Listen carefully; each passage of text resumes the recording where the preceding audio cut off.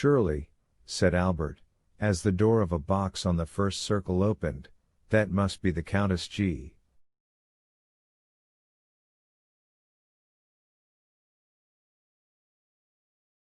And who is the Countess G? Inquired Chateau Renaud. What a question! Now, do you know, Baron, I have a great mind to pick a quarrel with you for asking it, as if all the world did not know who the Countess G. was.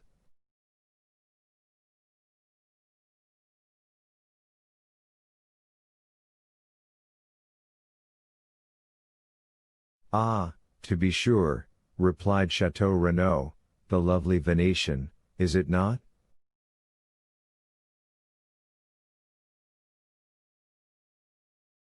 Herself. At this moment the Countess perceived Albert, and returned his salutation with a smile.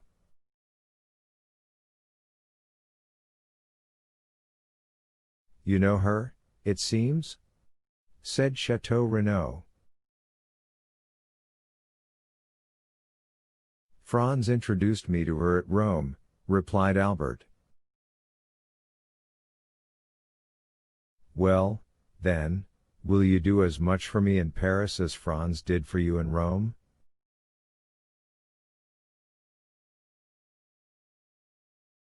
With pleasure. There was a cry of "Shut up!" from the audience. This manifestation on the part of the spectators of their wish to be allowed to hear the music, produced not the slightest effect on the two young men, who continued their conversation.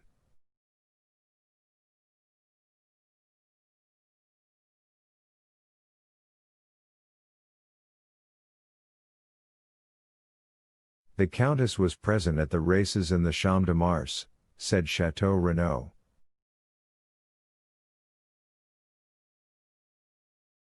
Today? Yes. Bless me, I quite forgot the races.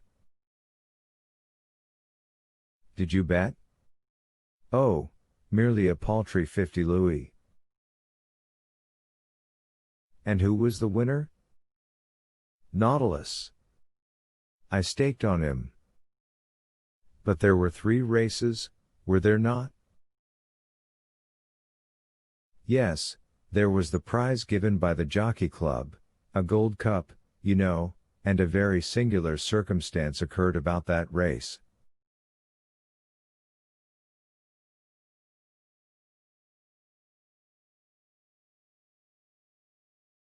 What was it? Oh, shut up! Again interposed some of the audience. Why, it was won by a horse and rider utterly unknown on the course. Is that possible? True as day. The fact was, nobody had observed a horse entered by the name of Vampa, or that of a jockey-style job, when, at the last moment, a splendid roan, mounted by a jockey about as big as your fist, presented themselves at the starting post. They were obliged to stuff at least 20 pounds weight of shot in the small rider's pockets, to make him wait, but with all that he outstripped Ariel and Barbar, against whom he ran, by at least 3 whole lengths.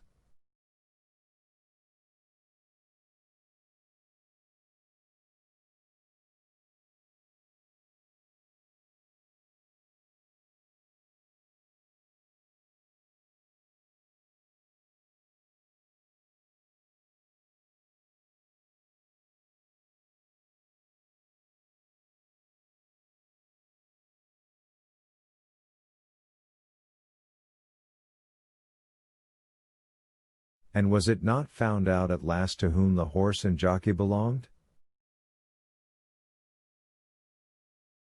No. You say that the horse was entered under the name of Vampa? Exactly, that was the title. Then, answered Albert, I am better informed than you are, and know who the owner of that horse was.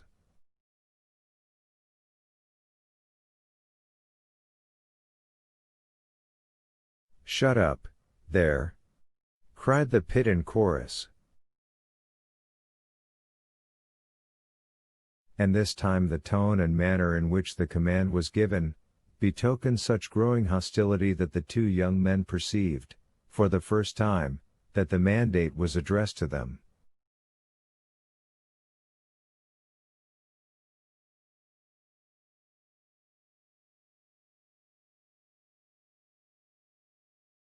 Leisurely turning round, they calmly scrutinized the various countenances around them, as though demanding some one person who would take upon himself the responsibility of what they deemed excessive impertinence, but as no one responded to the challenge, the friends turned again to the front of the theater, and affected to busy themselves with the stage.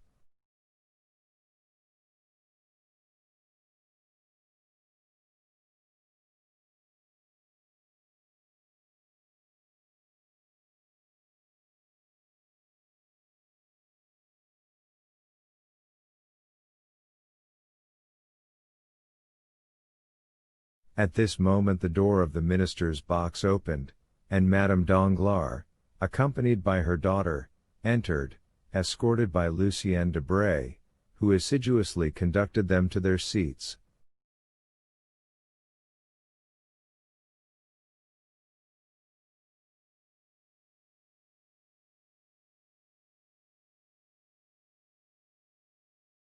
"Ha, ha," said Chateau Renaud, "here come some friends of yours, Viscount."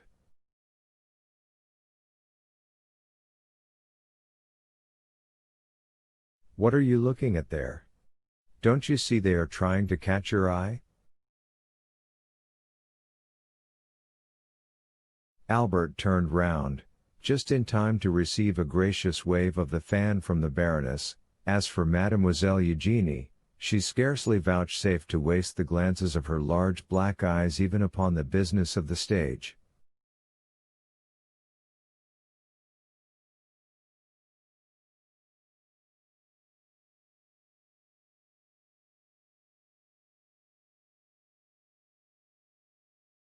"I tell you what, my dear fellow," said Chateau Renaud, "I cannot imagine what objection you can possibly have to Mademoiselle Danglars, that is, setting aside her want of ancestry and somewhat inferior rank, which by the way I don't think you care very much about. Now, barring all that, I mean to say she is a deuced fine girl."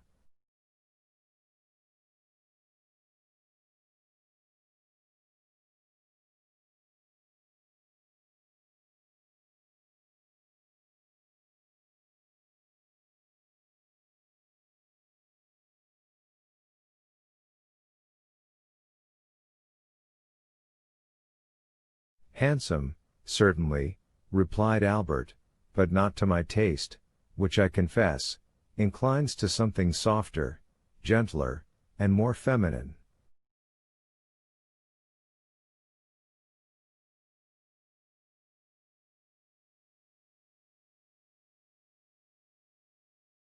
"Ah, well," exclaimed Chateau Renaud, who because he had seen his 30th summer fancied himself duly warranted in assuming a sort of paternal air with his more youthful friend, "you young people are never satisfied. Why, what would you have more?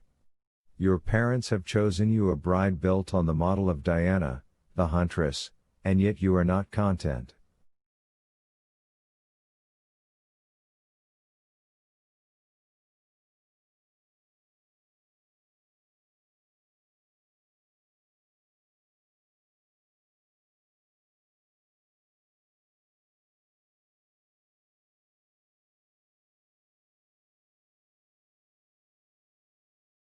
"No, for that very resemblance affrights me. I should have liked something more in the manner of the Venus of Milo or Capua, but this chase-loving Diana continually surrounded by her nymphs gives me a sort of alarm lest she should some day bring on me the fate of Actaeon."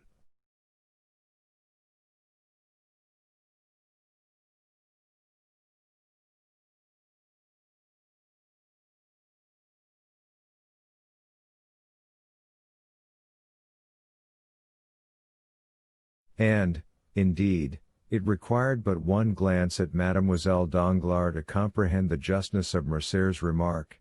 She was beautiful, but her beauty was of too marked and decided a character to please a fastidious taste. Her hair was raven black, but its natural waves seemed somewhat rebellious. Her eyes, of the same color as her hair, were surmounted by well-arched brows, whose great defect, however, consisted in an almost habitual frown, while her whole physiognomy wore that expression of firmness and decision so little in accordance with the gentler attributes of her sex. Her nose was precisely what a sculptor would have chosen for a chiseled Juno. Her mouth, which might have been found fault with as too large, displayed teeth of pearly whiteness, rendered still more conspicuous by the brilliant carmine of her lips, contrasting vividly with her naturally pale complexion. But that which completed the almost masculine look Mercier found so little to his taste, was a dark mole, of much larger dimensions than these freaks of nature generally are, placed just at the corner of her mouth, and the effect tended to increase the expression of self-dependence that characterized her countenance.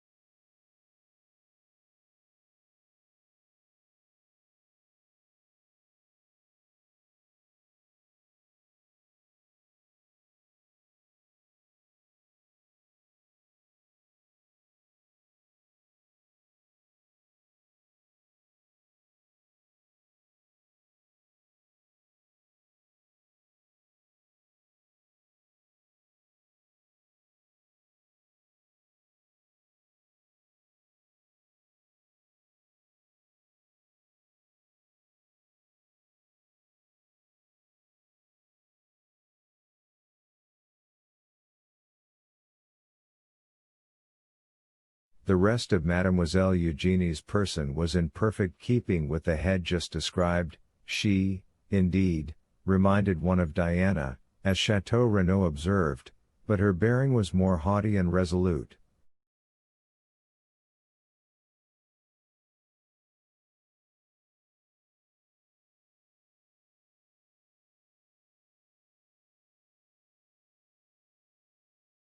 As regarded her attainments, the only fault to be found with them was the same that a fastidious connoisseur might have found with her beauty, that they were somewhat too erudite and masculine for so young a person.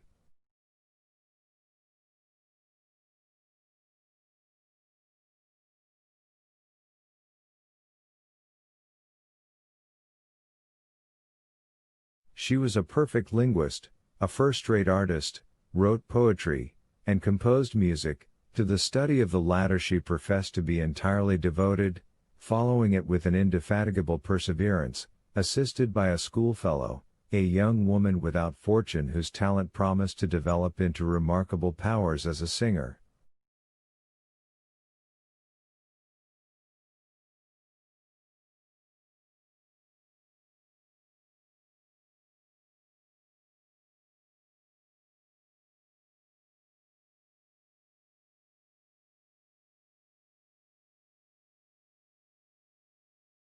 It was rumored that she was an object of almost paternal interest to one of the principal composers of the day, who excited her to spare no pains in the cultivation of her voice, which might hereafter prove a source of wealth and independence.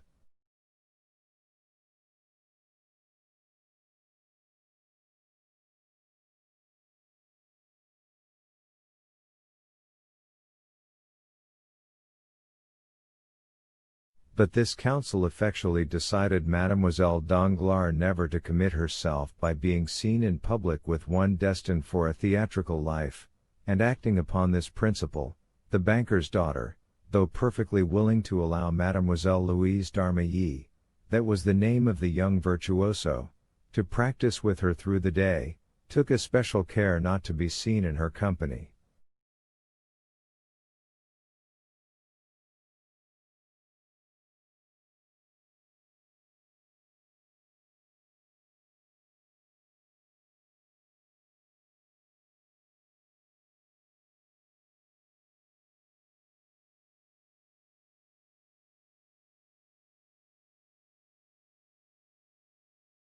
Still, though not actually received at the Hotel Danglars in the light of an acknowledged friend, Louise was treated with far more kindness and consideration than is usually bestowed on a governess.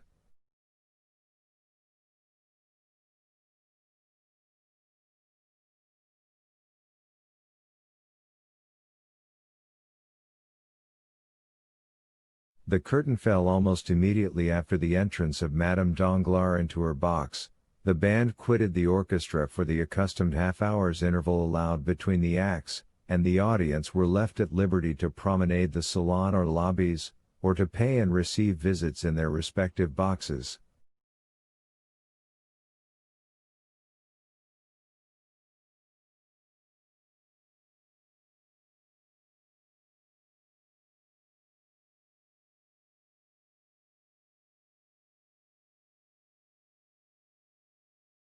Mercier and Chateau Renaud were amongst the first to avail themselves of this permission.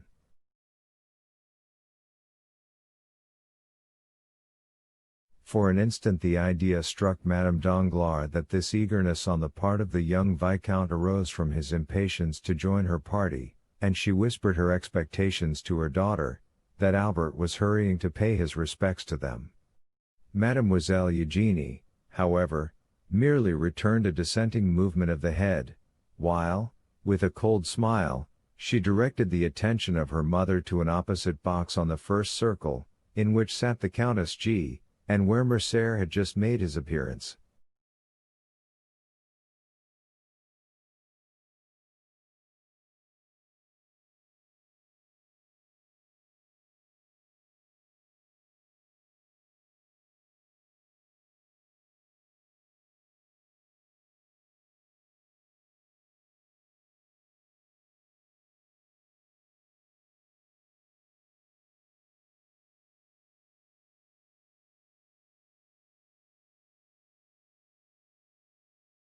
"So we meet again, my traveling friend, do we?"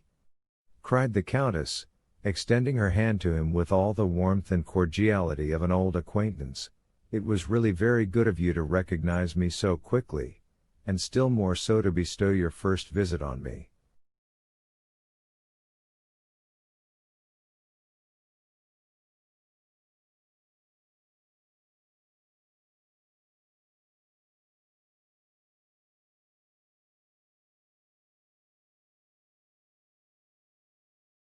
"Be assured," replied Albert, "that if I had been aware of your arrival in Paris, and had known your address, I should have paid my respects to you before this."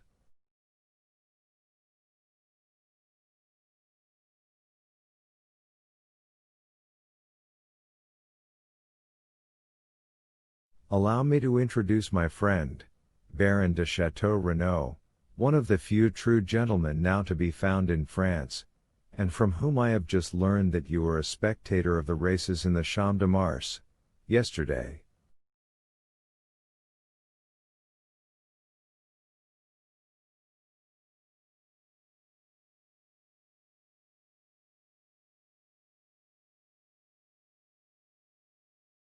Chateau Renaud bowed to the Countess,